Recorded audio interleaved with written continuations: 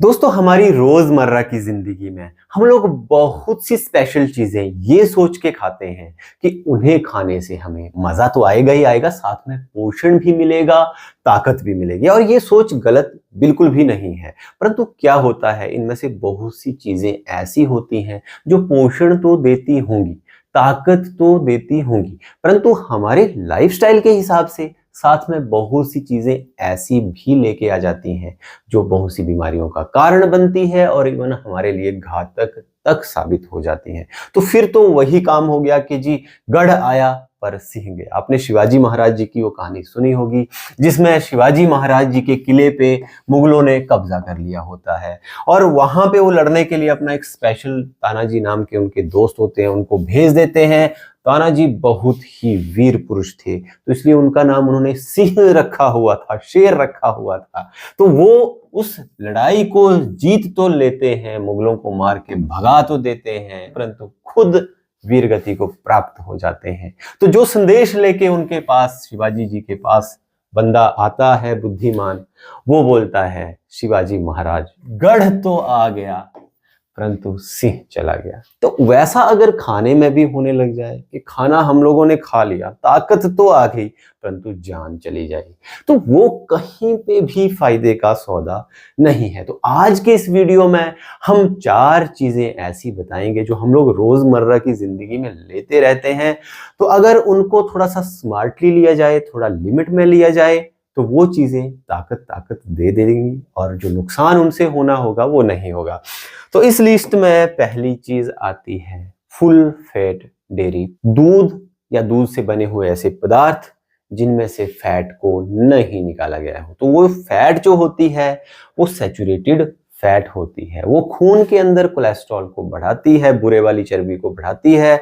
और जब ये बुरे वाली चर्बी हमारे खून में घूम रही होती है तो हमारे जो वाइटल ऑर्गन्स हैं, फॉर एग्जांपल हार्ट हो गया, ब्रेन हो गया, तो वो जो उनको खून देने वाली, पोषण देने वाली जो नसें होती हैं, आर्टरीज होती हैं, उनको ये बुरे वाला कोलेस्ट्रॉल जो है तो उनका अंदर मान कम करने लग जाता है, उनके अंदर जमने लग जाता है। और कई बार वहां से क्या होता है, उनका टुकड़ा भी टूट जाता है, प्लेक टूट जाता है। और वो प्लेक अगर दिमाग में कहीं जाके अड़ंगा अड़ाता है तो वो CVA का कारण बन जाता है, सेरिब्रोवास्कुलर एक्सीडेंट, जिसको स्ट्रोक भी बोलते हैं, जिसको कई पैरालिसिस बोल लो, लकवा बोल लो, जो भी हो सकता है। वो फिर डिपेंड करता है पर्सन टू पर्सन। मैं आपको डरा नहीं रहा हूं, मैं आपको ये बता रहा हूं कि अगर आपका जो लाइफस्टाइल है वो बहुत ही ज्यादा इनएक्टिव है, आप पूरा दिन बैठे रहते हो, आपकी बॉडी स्टैंड बाई पे रहती है, तो आपको इस बुरे वाले फैट की बिल्कुल भी जरूरत नहीं है। वो आपको फायदा नहीं देगा, वो आपको ताकत नहीं देगा,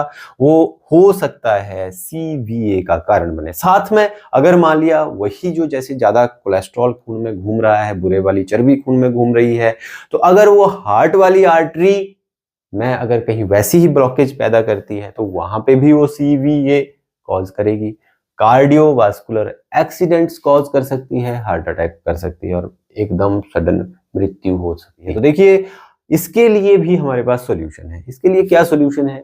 अगर आप दूध पसंद नहीं करते हैं तो आप दूध मत पीजिए। अगर आप दूध बहुत पसंद करते हैं और आप चाहते हैं कि हमें दूध से जो फायदे हैं वो हमने दूध के लेने हैं, तो आप उसके लिए उस दूध को स्किम कर लो, उसको उबालो, ठंडा होने दो, उसकी मलाई जो है निकाल लो, डबल स्किम कर लो, फिर उबालो, गर्म करो, ठंडा होने दो, मलाई बनेगी, उसे हटा लो, फिर उस दूध को पी लो। वो आपके लिए फायदा ही फायदा करेगा। साथ में अपनी फिजिकल एक्टिविटी बढ़ा लो। भाई, कुछ पाने के लिए कुछ खोना तो पड़ता है, तो इसलिए उसकी कीमत चुका दो। जो आपने एक्स्ट्रा कोलेस्ट्रॉल लिया होगा वो भी थोड़ा बहुत ही तो रहा होगा, मोटा मोटा तो निकाल दिया, डबल स्किम तो कर लिया, फिर तब वो आपको जो है फायदा ही फायदा देगा और नुकसान बिल्कुल भी नहीं देगा। कई बार क्या होता है, बहुतों में दूध से लैक्टोज इंटॉलरेंस होती है। दूध जैसे ही पीते हैं पोटी आ जाती है, दूध जैसे ही पीते हैं पेट फूल जाता है, गुड़गुड़ होने लग जाती है, पेट में गैस बन जाती है, तो वो फिर सारे लैक्टोज इंटॉलरेंस के लक्षण है। तो अगर आपको ये दूध वैसे सूट नहीं होता है तो मत पीजिए। और भी बहुत सारे आपके पास सब्स्टिट्यूट्स हैं जिनसे आपको ताकत भी मिलेगी, पोषण भी मिलेगा और सारे फायदे होंगे। तो कोई ऐसा नहीं है कि भाई बहुत ही मस्त है, बहुत ही ज़्यादा ज़रूरी है। बहुत लोगों में बहुत सारा मिथ होता है कि जी हम लोग दूध ही नहीं पीते, हमें तभी कमज़ोरी है जी, हमें दूध सूट ही नहीं होता जी, हमें ताकत कहाँ से आएगी। अरे बहुत सारी कंट्रीज़ में आप जाओगे तो वो लोग तो दूध पीते ही नहीं है तो इसलिए आप लोग ये माइंडसेट मत बनाइए कि दूध नहीं पिएंगे तो ताकत नहीं आएगी।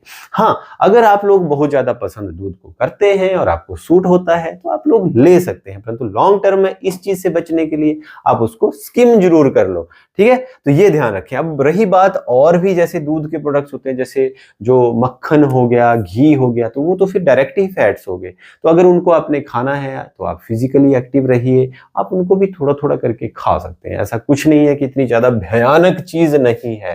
परंतु अगर आप इसको आदत में ही बना लेते हो, दिन में कई लोग मैंने देखा है, सुबह भी 1 गिलास दूध का पिएंगे फुल फैट, शाम को भी 1 गिलास दूध का पिएंगे, खाने के साथ घी खाएंगे या तो मक्खन खाएंगे और दबा-दबा के। गाँव में तो ज़्यादा चलता है, भैंस पाली है जी, और काम आजकल गाँव में भी घटते जा रहे हैं। गाँव में भी लोग फिजिकली उतने एक्टिव नहीं हैं जितने पहले होते थे। तो फिर जब फिजिकली एक्टिव होते थे तो सारी चीज़ें बर्न हो जाती थी। तो वो ये उल्टा ताकत ही ताकत देती थी। ये जो फैट-वैट सब है ये ताकत ही देते थे। घी में बहुत ज़्यादा ताकत है, नो डाउट। परंतु तब वो ताकत आएगी अगर आप उसको बर्न करोगे, आप उसको अगर उसको आप जमा ही करते रहोगे तो फिर वो तो बहुत ज़्यादा दिक्कत दे देगा। तो वैसे करके जो है तो आप स्मार्टली इन चीज़ों को ले सकते हैं। नंबर 2 पे जो आता है वो आता है रेड मीट। रेड मीट में दोस्तों आप लोग जानते ही हैं कि बकरा भी आ गया, शीप भी आ गया, सब चीजें आ गई जिनके मैं नाम भी नहीं लेना चाहता हूं। वो सारी चीजें जो है रेड मीट के अंदर आ गई। व्हाइट मीट में मुर्गा उर्गा आ जाता है। तो नो डाउट रेड मीट बहुत ज्यादा खराब है, और व्हाइट मीट को भी, व्हाइट मीट में ऐसा सोचें कि अगर फिजिकली इनएक्टिव रहें, सोए रहें, फिजिकल एक्टिविटी ना करें और ये व्हाइट मीट भी दबा के खाते रहें तो वो भी खराब रहेगा। परंतु रेड मीट जो है ये तो बहुत ही ज्यादा खराब होता है अगर आप फिजिकल एक्टिविटी उतनी नहीं करते और ये बहुत ही ज्यादा खाते हो। थोड़ा बहुत खाया जा सकता है परंतु फिर भी उसको भी तो पचाना होगा, बर्न करना होगा। तो ये क्या करता है, देखिए ये शुगर होने का रिस्क बढ़ा देता है। कोलन जो हमारी बड़ी आंत जो होती है उसमें ये कैंसर तक कॉज करता है, और इसमें सैचुरेटेड फैट्स बहुत ज़्यादा होते हैं। जो जमने वाले फैट्स होते हैं वो बहुत ज़्यादा होते हैं, और ये भी वैसे ही जो सीवीए हमने बात करी, सेरिब्रोवास्कुलर एक्सीडेंट, कार्डियोवास्कुलर एक्सीडेंट, इन सारी चीज़ों का बहुत मेजर कारण बनता है। इनमें जो है तो ये डायरेक्ट कोलेस्ट्रॉल, बुरे वाला जो कोलेस्ट्रॉल है, सैचुरेटेड फैट्स होती हैं, तो ये जो है तो बहुत ज़्यादा खतरनाक होती हैं अगर आप फिजिकली एक्टिव नहीं हो। और अगर फिजिकली एक्टिव भी हो और बहुत ही ज्यादा आप ये चीजें खा रहे हो तो भी ये आपके लिए हानिकारक साबित हो सकती हैं। तो इसके साथ साथ ये क्या करेंगी, एथेरोस्क्लेरोसिस करती है। जो आर्टरीज होती है उनको हार्डन करती है। जो जैसे दिल धड़कता है फिर वो खुल जाती हैं, फिर खून को आगे जाने देती हैं, फिर वो जैसे कॉन्स्ट्रिक्ट हो जाती है, तो वो जो उनकी मतलब कॉन्स्ट्रिक्ट और जो डायलेट करने की जो प्रॉपर्टी है वो घट जाती है, वो स्टिफ हो जाती है। और फिर जब स्टिफ हो जाएंगी तो फिर वो बीपी भी बढ़ाएंगी, वो फिर हार्ट डिजीजेज भी कॉज कर सकती है, हार्ट पे लोड पड़ेगा। अब जब हार्ट इधर से पंप किया जा रहा है, उधर आर्टरी जो सिकुड़ी पड़ी है, तो फिर हार्ट का और ज्यादा जोर लगेगा, तो फिर वैसे करके हार्ट, बहुत सारी हार्ट डिजीजेज भी ये कॉज कर सकता है। ओबेसिटी तो करेगा ही, डायरेक्ट इसमें फैट होगी, खा लेंगे सारी जमा हो जाएगी तो ओबेसिटी होगी। ओबेसिटी की वजह से तो 100 चीजें होंगी, वो तो आप जानते ही हैं।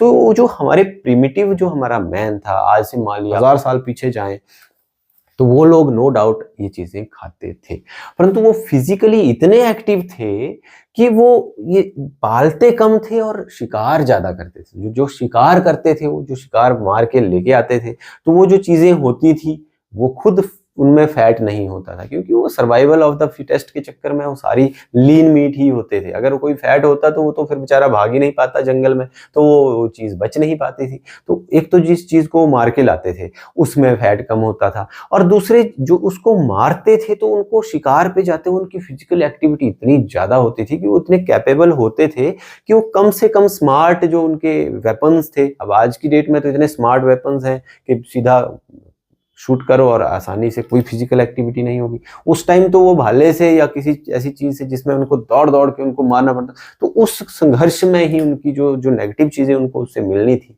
वो खत्म हो जाती थी। आज की डेट में सारी चीजें जो है पाली हुई होती हैं, उनको खिला खिला के उनमें ढेर सारी चर्बी होती है, उनको एक ही खूंटी से बेचारों को बांध के रखा होता है, फिर उनको काट दिया जाता है, फिर वो जो मतलब उनमें कुल मिला के उनमें खुद में ढेर सारी फैट है, वो खुद मीट बहुत ही ज्यादा जो है तो उसमें बहुत ज्यादा फैट है, और जब वो बंदा खाता है फिर वो खाने वाला भी उसको बर्न नहीं करता है तो उसके अंदर भी फिर वो फैट जमा ही होती जाती है। अदरवाइज बहुत सी चीजें ऐसी हैं जो बुरी नहीं है, और सोच जो है वो पुराने वाली चल रही है, आज से 100-200 साल पुराने वाली की ये चीजें बहुत ताकतवर है, नो डाउट ताकतवर है, परंतु वो क्वालिटी नहीं है। ना मीट में वो क्वालिटी है, ना जिन चीजों में वो क्वालिटी है, ना ही जो फिर बंदा खा रहा है उसके लाइफस्टाइल में वो क्वालिटी है। तो इसलिए वो थोड़ा सा जो पिछले बिलीव्स हैं हमें, वो हमारे लाइफस्टाइल के हिसाब से जैसे मॉडर्न आगे हमारी दुनिया होती जा रही है उस हिसाब से हमें ये चीज़ें बदलनी होगी, अदरवाइज ये हमारे लिए बहुत ज़्यादा घातक साबित हो सकती हैं। अगर किसी ने ये चीज़ें खानी भी हो तो ध्यान रहे इसमें से फैट को निकाल दिया गया हो, इसको नहीं हो उबाल लिया जाए और उसमें से जो फैट मेल्ट होके निकलती है उसको बिल्कुल निकाल दिया जाए, उसको ना खाया जाए। और पोषण के लिए चलो भाई प्रोटीन वोटीन अगर जैसे खानी हो, विटामिन इसमें होती है और भी बहुत सारे फायदे होते हैं, तो जो फायदे हैं फिर वो ले लिए जा सकते हैं और जो बुराई है इसकी वो निकाल ली जा सकती है। तो वैसे करके भी परंतु फिर भी क्वांटिटी का बहुत ध्यान रखा जाए, बहुत कम मात्रा में खाया जाए, बहुत रूटीनली नहीं खाया जाए, ओकेजनली खाया जाए, और साथ में फिजिकल एक्टिविटी का तो कोई तोड़ ही नहीं है, वो तो करनी ही पड़ेगी। अगला जो और खतरनाक चीज है, एक तो करेला ऊपर से नीम चढ़ा, एक तो रेड मीट पहले ही खराब है, जो हमने सारी चीजें नेगेटिव इसकी डिस्कस करी, अगर ऊपर से इसको प्रोसेस किया हुआ है, पैकेट में बंद किया हुआ है, ओवर इसको फ्राई कर दिया हुआ है, रोस्ट कर दिया हुआ है, तब तो फिर ये इसके जो फायदे हैं, जो इससे जो भी आप लोग जैसे सोचते हैं या होती भी हैं, जो भी न्यूट्रिएंट्स इसके होते हैं, इसमें ढेर सारी जो फायदे वाली चीजें होती हैं वो तो फिर इसमें प्रोसेस करने के बाद काफी कम हो जाती है। और ऊपर से इसको प्रिजर्व करके भी रखा गया होता है सेल्फ में बहुत दिनों तक, या फ्रिज में या जो भी है, तो उसमें ही जो पोषण होता है वो कम हो गया होता है, और जो बुरी चीजें हैं, कीटाणु हैं या जो भी है, वो इसमें ग्रो कर रहे होते हैं। और मतलब कुछ केमिकल्स भी ऐसे बन जाते हैं सेल्फ में रखे हुए चीज़ों के, चाहे कितने प्रिजर्वेटिव डाल लो, कितना कुछ भी कर लो, तो वो जो पॉजिटिव चीज़ है वो बहुत ही ज़्यादा कम हो गई होती है, और जो नेगेटिव चीज़ें हैं वो बहुत ही ज़्यादा बढ़ जाती हैं। अब जैसे फॉर एग्जांपल हमने इसमें डिस्कस किया कि इसमें सैचुरेटेड फैट्स होते हैं और भी बहुत सारी बुरी चीज़ें हैं, साथ में इसमें अगर इसको तल दिया जाता है, रोस्ट कर दिया जाता है, तो ट्रांस फैट्स भी आ जाते हैं, तो ये तो और बुरे हो जाते हैं। साथ में ये फिर और जीआई साइड इफेक्ट्स करता है, गैस्ट्रो इंटेस्टाइनल साइड इफेक्ट्स। अब कोई चीज़ें जैसे कई दिनों से पड़ी है, एक तो पहले ही हैवी है, ऊपर से फिजिकल एक्टिविटी नहीं है, या फिर तल दिया गया है, तो वो गैस्ट्रिक कॉज करेंगी, पेट में जलन पैदा कर सकती हैं, बदहजमी पैदा कर सकती हैं, कब्ज कर सकती हैं, और ढेर सारी जो है तो दिक्कतें दे सकती हैं। तो प्रोसेस्ड मीट तो खाओ ही मत, ये तो आप लोगों के लिए बिल्कुल भी अच्छा नहीं है, चाहे आप फिजिकली एक्टिव भी हो। चौथे नंबर पे जो आते हैं वो आते हैं फ्राइड फूड्स। कई बार क्या होता है, बहुत से लोग बोलते हैं जी हम अकेली चाय नहीं पीते। एक मीटिंग में बैठा हुआ अंकल जी थे, उनके साथ मेरी मीटिंग थी, तो चाय आई और उन्होंने वो चाय पी ही नहीं। मैंने बोला अंकल जी आप भी लो चाय। नहीं नहीं बेटा, मैं ना चाय अकेली नहीं पीता कभी भी, मैं साथ में जरूर कुछ ना कुछ लेता हूँ। मैंने बोला अच्छी बात है, ठीक है चलो देखते हैं। तो अंकल जी ने क्या किया, एक चिप्स का पैकेट मंगवाया बाहर से और एक कुछ भुजिया टाइप मंगवाया। तो वो उन्होंने उसके साथ लिया और बोला बेटा मैं कभी भी जो है तो अकेली चाय नहीं पीता हूँ। तो फिर तब मैंने सोचा कि देखो ये जो चीज़ें हैं पता नहीं कब से पैकेट में बंद हैं, कैसे कैसे तेल में वो तली गई हैं, इनमें ढेर सारा अंकल जी को शुगर भी थी एक्चुअली, वो इंसुलिन के इंजेक्शंस भी ले रहे थे, और थोड़ा वो साथ साथ जो बिजनेस की बातें थी वो भी हो रही थी, साथ में थोड़ा हेल्थ का भी बातें हो रही थी। तो ये पता मेरे को लग चुका था कि उनको शुगर है और वो जो है तो इंसुलिन पे है।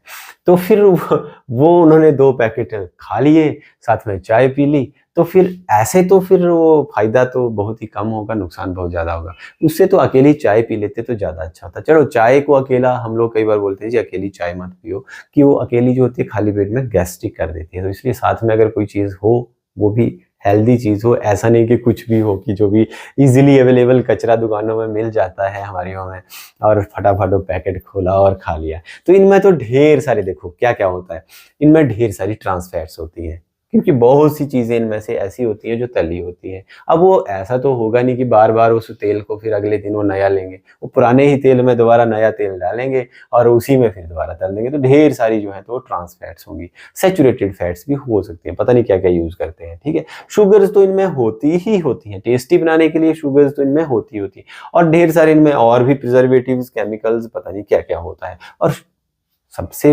मेन बात जो होती है, ये बिल्कुल एम्प्टी होते हैं। इनमें विटामिन मिनरल्स के तो कहीं दूर दूर तक नामो निशान नहीं है। जितनी भी चीजें आपको दिख रही हैं, इनमें बताइए आप कहाँ पे कौन सी चीज में क्या विटामिन होगी। तो ये बिल्कुल एम्प्टी कार्ब्स हैं, ऊपर से ढेर सारी इनमें जो है तो फैट्स बुरे वाली हैं। तो इन चीजों को आप लोगों को बिल्कुल छोड़ देना चाहिए रूटीन बेस पे। अब जैसे वो अंकल जी की बात करूं तो उन्होंने एक रूटीन ही बना लिया कि जब भी चाय पीनी है तो साथ में ये कचरा जरूर खाना है। तो वैसा नहीं होना चाहिए, ओकेजनली खा लो, कोई टेंशन नहीं, इतना फर्क नहीं पड़ता, कोई डरने वाली बात नहीं होती है। अगर इनको ज्यादा खाते हैं, रूटीन बेस पे खाते हैं, तो ये ओबेसिटी कॉज करती हैं, मोटापा कॉज करती हैं, हार्ट डिजीजेस तो आप समझ ही गए हैं, जब इतनी सारी ट्रांस फैट्स और सैचुरेटेड फैट्स होती हैं तो कॉज करेंगी। डायबिटीज तो करेंगी ही करेंगी, इतनी सारी शुगर्स हैं, एम्प्टी कार्ब्स हैं, तो फिर डायबिटीज भी करेंगी करेंगी, जब ओबेसिटी भी करेगी, ठीक है। साथ में डाइजेस्टिव अपसेट कर देती है। डाइजेस्टिव सिस्टम को अपसेट कैसे करेंगी? तली हुई चीजें करती करती है। ये तो आप सब लोगों ने फील किया होगा, अगर ऐसा कचरा कुछ भी खा लें, खाली पेट ऊपर से खा लें तो फिर पेट में जलन भी कर सकती है, पेट फूल भी सकता है, कॉन्स्टिपेशन भी कर सकती हैं, बहुत सारी चीजें डाइजेस्टिव सिस्टम से रिलेटेड भी कर सकती हैं, स्किन प्रॉब्लम्स कर सकती हैं। क्योंकि देखिए ये जो तेल होता है इनका, ये ट्रांस फैट वाला तेल होता है, ये बिल्कुल अच्छा नहीं होता है। साथ में शुगर्स होती हैं, वो कीटाणुओं के लिए पोषण होती हैं। तो स्किन में अगर कोई कीटाणुओं वाली इशू है, जैसे मान लिया किसी को एक्ने, पिंपल्स हैं, मुहासे होते हैं, तो उसमें ये शुगर्स बिल्कुल अच्छी नहीं होती है और तैलीय ऐसी चीजें बिल्कुल भी अच्छी नहीं। पहले बुजुर्ग भी तो बोलते थे कि दिवाली वाले दिन जैसे हम लोग दिए करते हैं, तेल वाले दिए भी कई बार करते हैं, तो जो तेल दिए का जल गया होता है उस तेल को टच मत करना भाई, इससे स्किन प्रॉब्लम हो जाएगी। तो मतलब हम लोग देखो उस लेवल का तेल खा रहे हैं जो जल चुका होता है, तो उससे स्किन प्रॉब्लम्स भी बहुत ज्यादा होने के चांसेस रहते हैं।